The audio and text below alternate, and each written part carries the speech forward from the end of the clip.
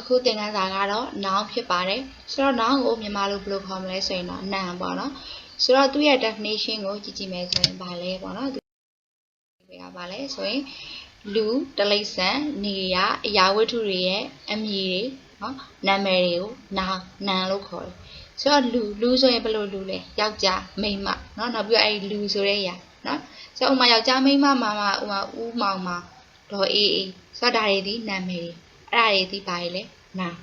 နောက်တိရစ္ဆာန်မှာဆိုလဲခွေကြောင်ဝက်ဒါတွေအားလုံးဒီလဲ noun တွေပဲနေရာရန်ကုန်မန္တလေးအမေရိကန်အင်္ဂလန်ဒါတွေအားလုံးဒီပါလေလဲဆိုရင် noun တွေအရာဝတ္ထုဆိုတော့အရာဝတ္ထုဆိုရင်ဥမာဇပွဲကလထိုင်နော်တရားအဲ့လိုမျိုးတစ်ပင်အရာတွေအားလုံးအဲ့ဒီအားလုံးကပါလေလဲဆိုရင်တရားရဆိုရင်တော့သူတို့ကို noun လို့ခေါ်တယ်နော်ဆိုတော့ noun ကိုအမျိုးအစားတွေအများကြီးခွဲတယ်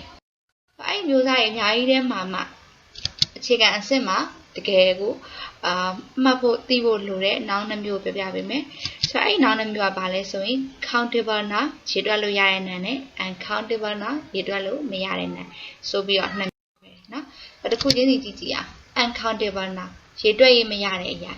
ရေတွက်လို့မရတာတွေကတစ်ခုချင်းစီခွဲပြီးကြည့်လို့မရတာတွေကို uncountable noun ဥပမာ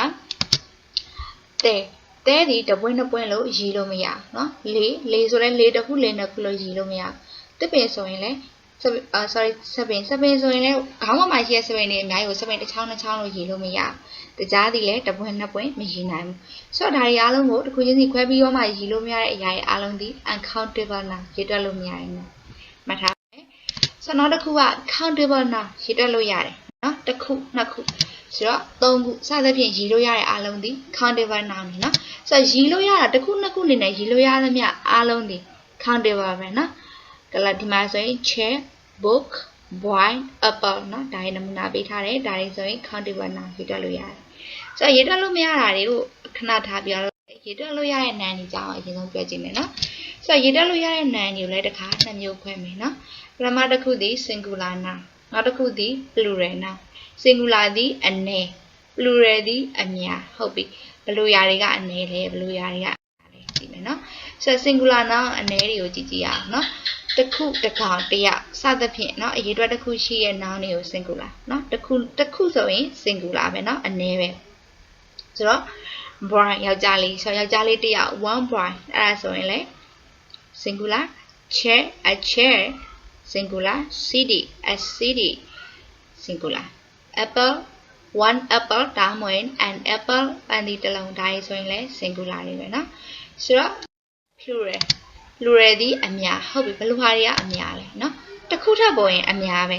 တစ်ခုထပ်ပေါ်ရင်ဆိုရင်နှစ်ခုပေါ့เนาะနှစ်ခုကနေစပြီးတော့မှသိန်းသန်းကလေးဘယ်လောက်ထိပဲအများဒီလိုဒီအများကြီးเนาะဆိုတော့နှစ်ခုသုံးခုလေးခုအစရှိသဖြင့်ရေးတွက်လို့ရတယ်เนาะဥပမာ boys 2 boys ယောက်ျားလေးနှစ်ယောက် chairs 3 chairs ကလထိုင်းသုံးလုံး cities 4 cities books 10 books เนาะစာအုပ်ဆဲဒါတွေဒီ plural เนาะအများကြီးဆိုတော့